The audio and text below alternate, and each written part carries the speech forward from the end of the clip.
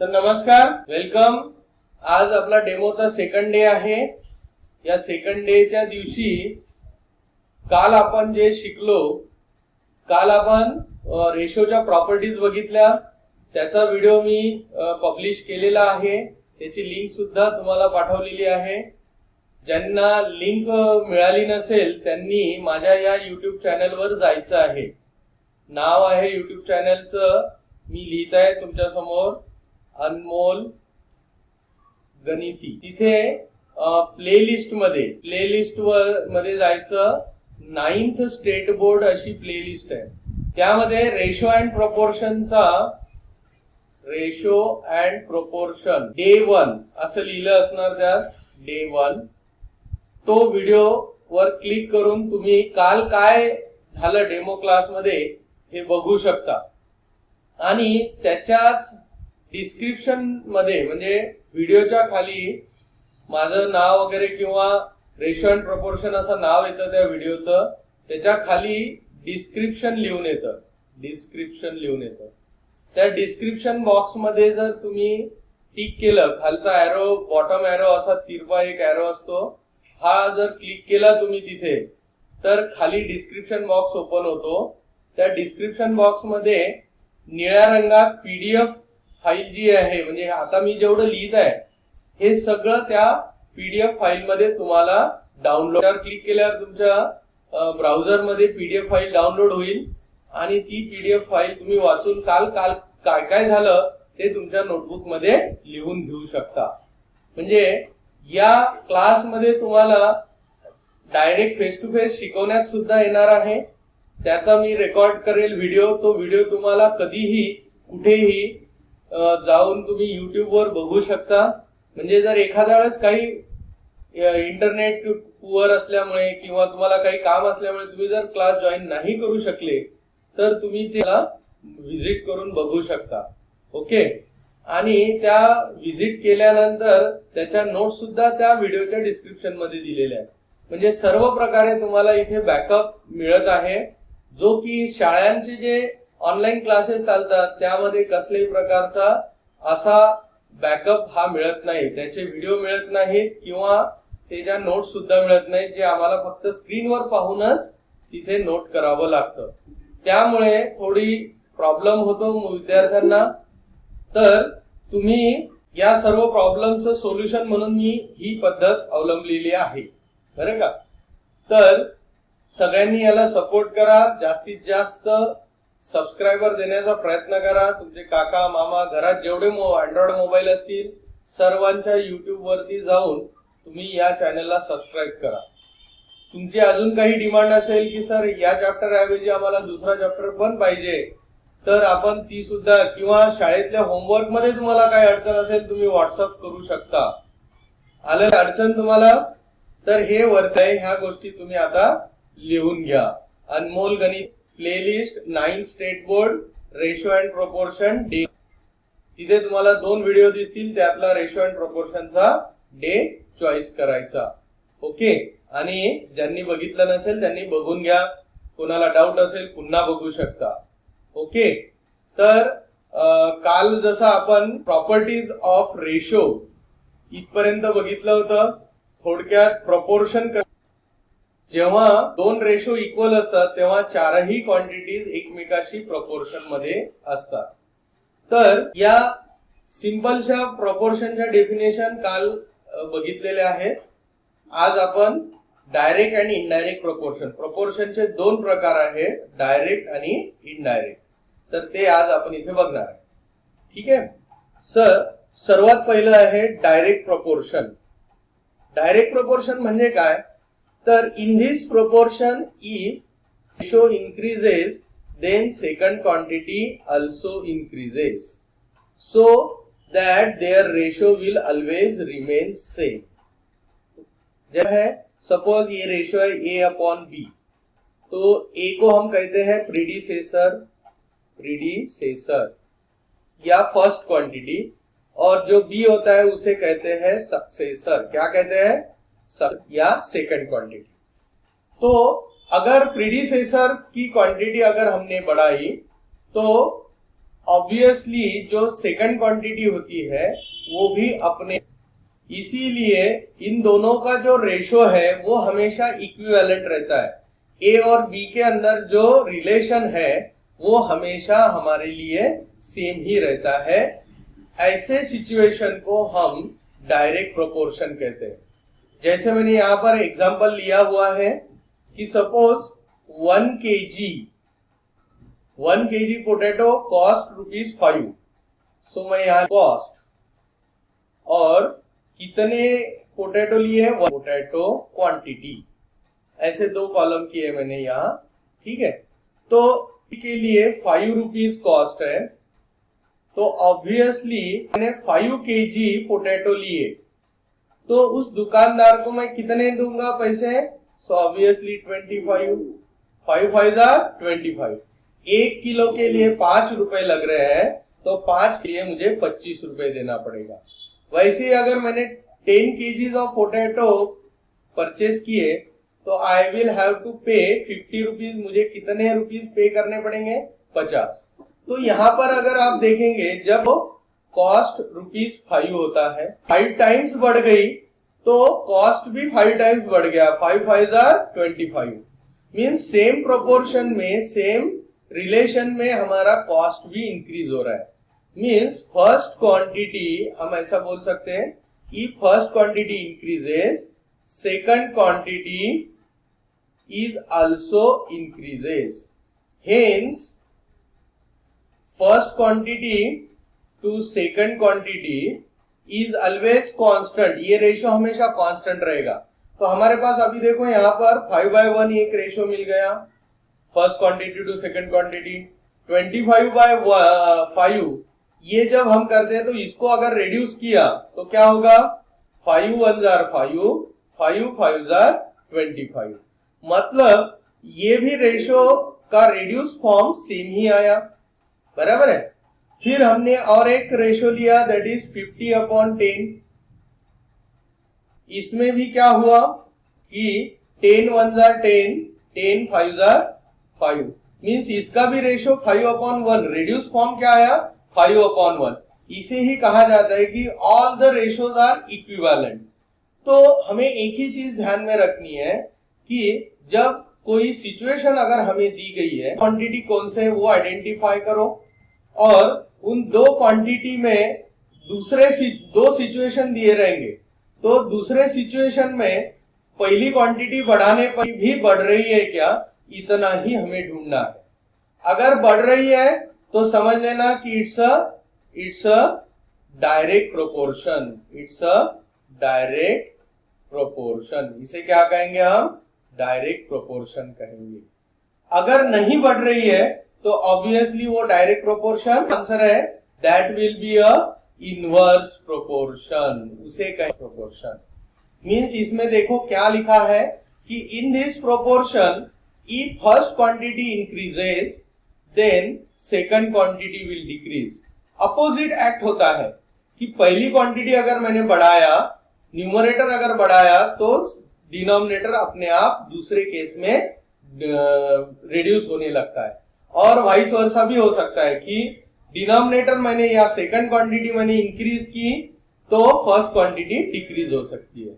इसका एक एग्जांपल, बहुत ही अच्छा एग्जांपल मैंने यहाँ लिखा है। कोई इसके नोट्स लिखने की जरूरत नहीं है, आपको वीडियो के एंड में डिस्क्रिप्शन बॉक्स में इसके नोट्स मिलने वाले हैं, इसलिए कोई लिखने की जरूरत नहीं। सिर्फ आप स्क्रीन के ऊपर जो लिखा है उसको पढ़ने की कोशिश करो और मेरी बातों को ध्यान से सुनो। देखो एग्जांपल क्या है इनवर्स प्रोपोर्शन का। If a car travels 120 kilometre at a speed of 20 kilometre per hour. So speed of car मैं यहां लिखता हूं, speed of car, speed of car. तो यहां देखो कार का स्पीड किस में है? किलोमीटर पर आवर में, ठीक है। और यहां पर time taken by car in hours, okay. और नीचे हम लिखते हैं, देखो यहां पर हम लिखेंगे डिस्टेंस, ओके। सपोज मैंने स्पीड से गाड़ी चला रहा हूं तो मुझे अगर 120 किलोमीटर ट्रैवल करना है, देखो डिस्टेंस कितना बताया उन्होंने, 120 kilometre. So I will require 6 hours, 1 घंटे में 20, तो 120 के लिए मुझे कितना घंटे लगेंगे, 6। 120 डिवाइडेड बाय 20 करो तो कितना आता है, 6। तो 6 आवर्स आई विल रिक्वायर्ड, मुझे 6 घंटे लगेंगे। अब दूसरे केस में देखो क्या होता है। अब मैंने क्या किया, फर्स्ट क्वांटिटी 20 से मैंने इंक्रीज की किलोमीटर पर आवर, तो मैंने मेरा स्पीड मींस फर्स्ट क्वांटिटी मैंने इंक्रीज किया, तो ऑब्वियसली अगर ज्यादा स्पीड से भागेंगे तो कम टाइम लगेगा, बराबर है, कम टाइम में हम पहुंच जाएंगे। इसीलिए जब भी हमें जल्दी पहुंचना होता है हम क्या करते हैं, इसलिए हम कम टाइम में वहां पहुंच सकते हैं। तो अब देखो 120 डिवाइडेड बाय 30 करेंगे तो 4 आंसर आता है। दैट मीन्स अगर हम 30 किलोमीटर के स्पीड से जाते हैं तो 120 किलोमीटर कितने घंटे में कवर करेंगे, 4 घंटे में। कितने घंटे में, 4 घंटे में। और इस तरह से हमारा देखो यहाँ सेकंड क्वांटिटी रिड्यूस हो गया। देखो 20 से मैंने फर्स्ट क्वांटिटी 30 तक इंक्रीज की, 10 किलोमीटर पर आवर से इंक्रीमेंट किया है फर्स्ट क्वांटिटी में। तो सेकंड क्वांटिटी जो टाइम है उसमें देखो 6 से वो रिड्यूस होके 4 हो गई, बराबर है। सपोज अगर मैं 40 किलोमीटर के हिसाब से गाड़ी भगाता हूं या गाड़ी कर रखता हूं कार का, ओके, तो मुझे 3 घंटे लग सकते हैं। कितने घंटे, 3 घंटे। कितना ट्रैवल करने के लिए, 120। यहां पर और देखो कि 20 से मैंने 30 किया तो 4 घंटे लगे, 30 से मैंने 40 किया तो और 1 घंटा कम हो गया, दैट इज 3 आवर्स लग रहे हैं। 3 आवर्स मुझे लगे। मींस हम कह सकते हैं कि first quantity increases, second quantity decreases, second quantity decrease. अब मैं क्या करता हूं कि फर्स्ट क्वांटिटी डिक्रीज करके दिखाता हूं। अगर मैंने 10 किलोमीटर के हिसाब से अगर ट्रैवल किया 120 किलोमीटर, तो ऑब्वियसली मुझे 12 घंटे लगेंगे। कितने घंटे लगेंगे, 12 घंटे लगेंगे। तो यहां पर देखो यहां क्या हुआ कि मैंने फर्स्ट क्वांटिटी डिक्रीज किया तो सेकंड क्वांटिटी ऑटोमेटिकली इंक्रीज हो गया। इसीलिए मैंने यहां पर ऊपर डेफिनेशन में ये वाइस वर्सा, एक पहले केस में मैंने आपको बताया था कि फर्स्ट क्वांटिटी इंक्रीज करने से सेकंड रिड्यूस होता है, तो वाइस वर्सा का मतलब होता है उल्टा, कि अगर मैंने फर्स्ट क्वांटिटी डिक्रीज किया तो सेकंड क्वांटिटी इंक्रीज हो जाएगा। इसे कहते हैं वाइस वर्सा। फर्स्ट कंडीशन से सेकंड कंडीशन में मैंने उल्टी रिवर्स किया है, इसे कहा जाता है वाइस वर्सा। तो कोई भी क्वांटिटी बढ़ाओ तो दूसरा उसके अपोजिट एक्ट करेगा, उसे इनवर्स प्रोपोर्शन। अब यहां पर देखिए यहां क्या होता है कि स्पीड इनटू टाइम करता हूं, means first quantity into second quantity मिलता है कि फर्स्ट क्वांटिटी 20। सिमिलरली मेरा सेकंड केस में फर्स्ट क्वांटिटी 30 है, इनटू 4 किया, फिर भी मुझे क्या मिला, 120 ही मिला। थर्ड केस में भी देखो first quantity 40 into 120, means first quantity into second quantity is always constant for any variation। कितने भी मैं इसके ट्रायल लू फर्स्ट क्वांटिटी और सेकंड क्वांटिटी, वो हमेशा मुझे उनका जो प्रोडक्ट है उनका प्रोडक्ट हमेशा मुझे कांस्टेंट ही मिलना चाहिए। इनवर्स प्रोपोर्शन में हमेशा जो फर्स्ट क्वांटिटी और सेकंड क्वांटिटी इनका अगर हम मल्टीप्लीकेशन लेते हैं कांस्टेंट मिलता है, और डायरेक्ट प्रोपोर्शन में जब हम फर्स्ट क्वांटिटी और सेकंड क्वांटिटी का, यहां देखिए रेशो जब हम लेते हैं, रेशो वो हमेशा कांस्टेंट। ये के का मतलब क्या होता है, कांस्टेंट, 5/1 5/1 5/1, या अलग एग्जांपल्स में अलग अलग रेशो मिलेंगे, बट सभी केसेस में आपको वो सेम रेशो आना चाहिए, उसे डायरेक्ट प्रोपोर्शन कहेंगे। Ratio is same, then it's a direct proportion, then it is then it is an inverse proportion. तो इस तरह से सबसे इंपॉर्टेंट प्रोपोर्शन फाइंड आउट करने की जो मेथड है वो ये है कि क्वांटिटी जिस तरह से बदल रही है उसको समझ लेना कि अगर फर्स्ट क्वांटिटी इंक्रीज हो रही है तो सेकंड डिक्रीज हो रही है क्या। इसके कुछ एग्जांपल्स अभी हमारे डे टू डे लाइफ में बहुत सारे आपको यहाँ मिलेंगे। उन एग्जांपल्स को अगर आप स्टडी करेंगे तो आपको समझ, जैसे जब हम ट्रैवल तो उस वक्त कार का स्पीड और टाइम ये दोनों जो है ये दोनों के दोनों क्या हो जाएंगे, इनवर्स प्रोपोर्शन में होंगे। कोई चीज खरीदी करने जाएंगे तो उस वक्त जो होता है उस वक्त हम डायरेक्ट प्रोपोर्शन में काम करते हैं।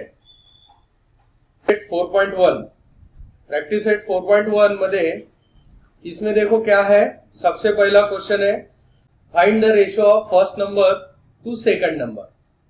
मीन्स आपको यहाँ पर दो नंबर दिए गए। देखो मैं पहला एग्जांपल यहाँ लिख रहा हूं कि दो नंबर दिए। पहला नंबर है 72। आपके सामने अगर बुक होगी तो ध्यान दीजिए 72। तो हमें यहाँ रेशियो बनाना है 72 टू सेकंड नंबर 60। ये देखो मैंने कल भी बताया था, कल के डेमो क्लास में, कि 2 के जो पहले वाली क्वांटिटी होती है इसे फर्स्ट क्वांटिटी कहा जाता है। फर्स्ट क्वांटिटी ये न्यूमरेटर बनेगा। ये क्या बनेगा, न्यूमरेटर। क्या बनेगा, 2 के बाद में जो आती है वो सेकंड क्वांटिटी कहलाती है। तो दिस इज सेकंड क्वांटिटी, इसे कहा जाता है। ओके, तो ये दोनों क्वांटिटीज यहाँ पर उन्होंने दी है और उन्होंने कहा है कि हमें first quantity to second from the given pair of number, दिए गए पेयर से हमें ऐसा रेशियो बनाना है और वो भी इन द रेड्यूस्ड फॉर्म। देखो in the reduced form. Reduced form भी किस तरह से किया जाता है मैं आपको यहाँ पर सिखाऊंगा। तो यहाँ पर क्या होगा, therefore the ratio is equal to क्या होगा, first quantity is 72, second quantity is 60। तो 72 अपॉन 60 ये इस तरह से रेशियो बनेगा। या फिर इसे हम इस तरह से भी लिख सकते हैं कि 72 इज टू 60, ये ऐसा रेशियो बनेगा। और इस रेशियो को हमें रिड्यूस करना है। 72 और 60 ये कौन से टेबल में आते हैं। अगर हमें टेबल लर्न नहीं है तो एटलीस्ट डिविजिबिलिटी टेस्ट तो भी लर्न होनी चाहिए। तो यहाँ पर अगर हम देखें तो बाय टेबल से 12 के टेबल में आते हैं।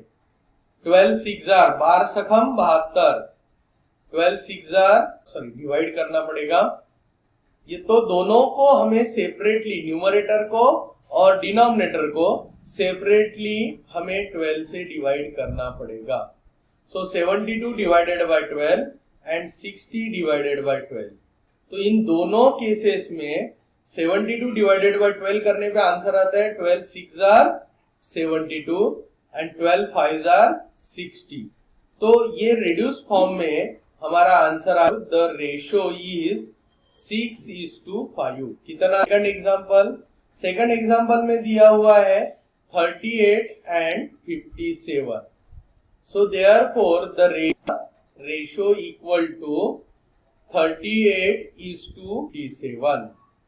और इसको हम किस तरीके से लिख सकते हैं, तो 38 डिवाइडेड बाय 57। अब ये 38 और 57 किसके टेबल में आते हैं, तो 19 के टेबल में आते हैं। 38 divided by 19 upon 57 divided by 19। तो अल्टीमेटली आंसर आता है 19 2 38, 19 3 37। सो देयरफॉर हमारा आंसर है यहाँ पर द रेशियो इक्वल टू 2:3। तो इस तरह से ये हमारा सेकंड प्रॉब्लम भी यहाँ खत्म हो गया। थर्ड इसमें जो है, थर्ड दिया हुआ बहुत ही सिंपल लैंग्वेज में, बहुत ही सिंपल डिजिट है 52 एंड 78। अब 52 और 78 ये दो रेशो किसके टेबल में आते हैं?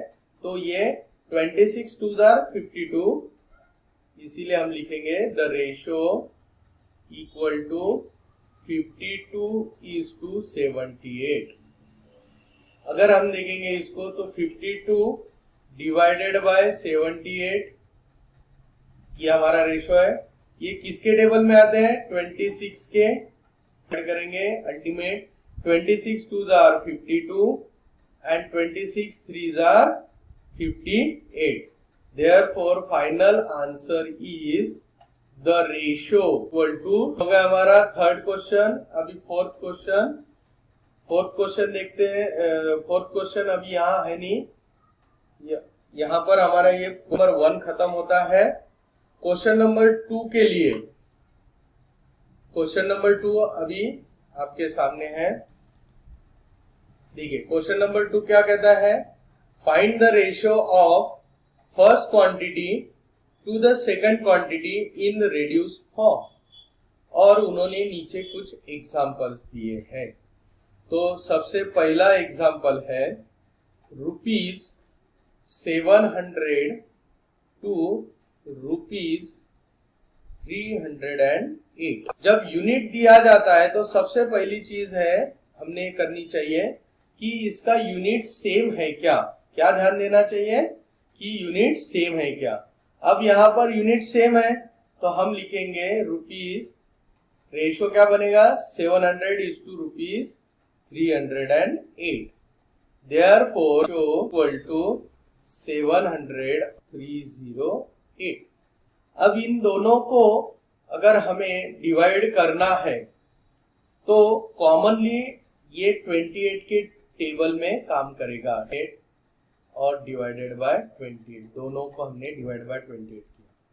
सो 700 को 28 से अगर डिवाइड करते हैं आता है 25 एंड 308 को अगर 28 से डिवाइड करते हैं तो उसका आंसर आता है 11।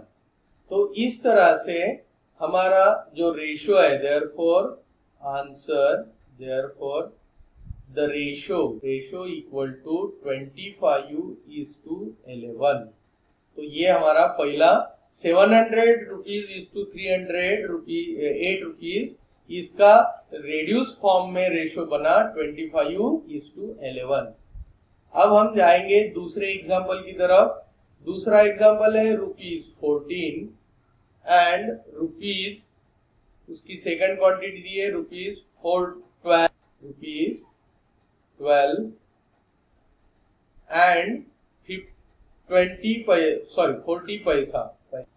अब अगर यहां देखेंगे तो आपके ध्यान में आएगा ये दोनों क्वांटिटीज, पहली क्वांटिटी ओनली रुपीज में है, दूसरी क्वांटिटी रुपीज एंड पैसे में है। तो हमें सबसे पहले क्या करना पड़ेगा कि टोटल जितने रुपीज है उनको पैसे में, जो भी छोटा क्वांटिटी होता है, अब इसमें रुपीज एक बड़ा यूनिट है और पैसे छोटा यूनिट है, तो हमें छोटे यूनिट में सारे बड़े यूनिट्स को कन्वर्ट करना चाहिए। सो पहले हम करते हैं ₹14 इज इक्वल टू कितना होगा? 14 इंटू 100, बिकॉज 100 पैसे मल्टीप्लाई करेंगे तो इट विल बी पैसे 1400। ओके, दूसरी क्वांटिटी है ₹12 पैसे 40। तो ₹12 के हम पैसे करेंगे तो इसको मल्टीप्लाइड बाय 100 करेंगे, प्लस ये 40 को कन्वर्ट करने की जरूरत नहीं है, ऑलरेडी पैसे में है, तो इसको हम पैसे में ऐसे ही रखते P40।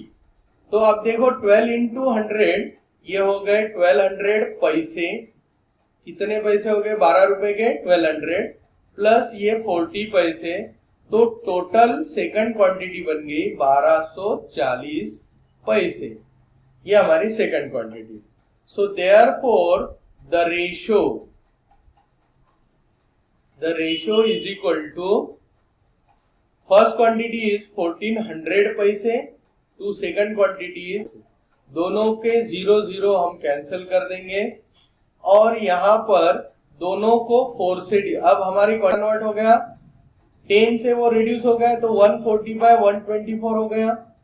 अब ये दोनों क्वांटिटीज को अगर हम 4 से कॉमनली डिवाइड करते हैं तो हमें क्या मिलेगा, यहाँ पर 140 डिवाइडेड बाय 4 आएगा 4 3 are 12, बचे 2, 4 5 are 20, 35, 4 3 are 12 और 4 1 are 4 है कि therefore the ratio is in the reduced form is equal to 35 is to 31।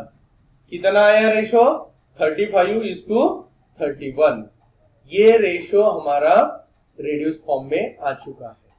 अब हम थर्ड क्वेश्चन की तरफ जाते हैं। इसका जो थर्ड है वो भी एक इसी तरह से दिया हुआ है कि 5 litres and 2500 millilitres, 5 litres 2500 millilitre.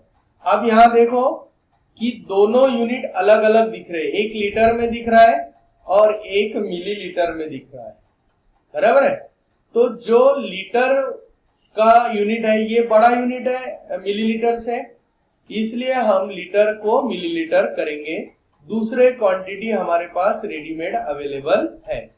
So 5 litres को अगर हमें मिलीलीटर करना है तो मल्टीप्लाइड बाय 1000 करना पड़ेगा। तो हमारे पास अब कितने आ गए? 5000 मिलीलीटर्स आ गए। तो फर्स्ट क्वांटिटी हमारी कन्वर्ट हो गई मिलीलीटर्स में, दैट इज 5000 मिलीलीटर्स। सो हमारा रेशो बन गया 5000 इज टू 2500। ये हमारा रेशो बन गया। सो देयरफॉर द रेशो क्या होगा? 5000 डिवाइडेड बाय 2500। ये 2 जीरो हम ऐसे ही कैंसिल कर देंगे। तो अब रेशियो कन्वर्ट हो जाता है हमारा T/25 और आप सभी को मालूम है 20 है तो इसको 25 से डिवाइड करेंगे। So 50 divided by 25 means 2/1। So therefore ultimately the ratio equal to 2:1। तो ये हमारा रिड्यूस फॉर्म यहाँ क्वेश्चन नंबर 3 का आ गया। क्वेश्चन नंबर 4 यहाँ पर मैं लिखता हूं। देखो क्वेश्चन नंबर 4 में क्या दिया है कि 3 years 4 month, 3 years 4 month और दूसरा क्वांटिटी है 5 years 8 month। अब यहाँ देखो दोनों का ईयर्स मंथ दो यूनिट दिख रहे हैं, तो हमें मंथ इज देन ईयर, तो हमें सबको जितने ईयर्स है और मंथ है इनको मंथ में कन्वर्ट करना पड़ेगा। तो फर्स्ट क्वांटिटी मैं यहां लिखता हूं, first quantity is plus 4 month, ये हमारी फर्स्ट क्वांटिटी है। तो ईयर्स को कन्वर्ट करते हैं, ईयर्स 12 ईयर्स का 12 मंथ्स का 1 ईयर होता है। सो 3 into 12 plus 4, so 3 into 12 36 plus 4 is 40 months। तो इस तरह से ये 40 मंथ्स हो गए। अब सेकंड क्वांटिटी को कन्वर्ट करते हैं, second quantity years plus 8 month, ये हमारी सेकंड क्वांटिटी है। तो 5 into 12 ये हो गए मंथ्स, 60 plus 8 is 68 मंथ्स। सो बहुत ही क्लियर वे में अब हमारे दो जो रेशो है, रेशो किसका है? First quantity is 40 months is to second quantity is 68 months. So it is 68। दोनों को कितने से डिवाइड होता है? दोनों को 4 से डिवाइड होता है। तो यहाँ पर हमें मिलेगा 4 10s are और 4 1s are 4, 4 7s are 28, तो 10/10 is to 7 मिल गया। कि reduce form of fourth question is 10 is to 70। अब यहाँ फिफ्थ क्वेश्चन देखते हैं हम। इसमें फिफ्थ क्वेश्चन देखो क्या है, 3.8 kg और दूसरा है 1900 की, सॉरी केजी नहीं है, 1900 ग्राम है, 1900 ग्राम से। तो हम इसको अब यहां अगर देखेंगे तो 3.8 ये KG is bigger unit and gram is smaller unit, बराबर है। तो अब हम क्या करेंगे कि इसको कन्वर्ट करेंगे केजी को ग्राम्स में। सो फर्स्ट क्वांटिटी कन्वर्ट करने की जरूरत है, दूसरी ऑलरेडी स्मॉलर क्वांटिटी में अवेलेबल है। सो 3.8 केजी को अगर हम 1000 से मल्टीप्लाई करते हैं तो हमें मिलता है 3800 ग्राम। सो 3 केजी के 3000 एंड 0.8 केजी का मतलब होता है 800 ग्राम, तो 3800 ग्राम। तो ये हो गया हमारी first quantity. Therefore the ratio, तो हमारा रेशो क्या बनेगा, ratio is first quantity 3800 grams is to 1900 grams. तो ये रेशो हो गया 3800 बाय 1900, 00 रिड्यूस हो गए उतने, तो अल्टीमेट बाय 19 बचा। ये 19 के टेबल में ही आता है तो हम 19 से डिवाइड करेंगे, 19 टू जार 30, रेशो बना 2/1 एंड अल्टीमेटली फाइनल यहाँ पर मिल। तो बहुत ही सिंपल तरीके से ये क्वेश्चन नंबर 5 यहाँ हमने खत्म किया है। तो आपके लिए क्वेश्चन नंबर 6 आप घर पे ट्राई करेंगे। आज अपना टाइम यहाँ खत्म होता है, आज के लिए हम यहीं पर रुकते हैं। कल फिर मिलेंगे 11 बजे ऐसे ही, तब तक के लिए बाय।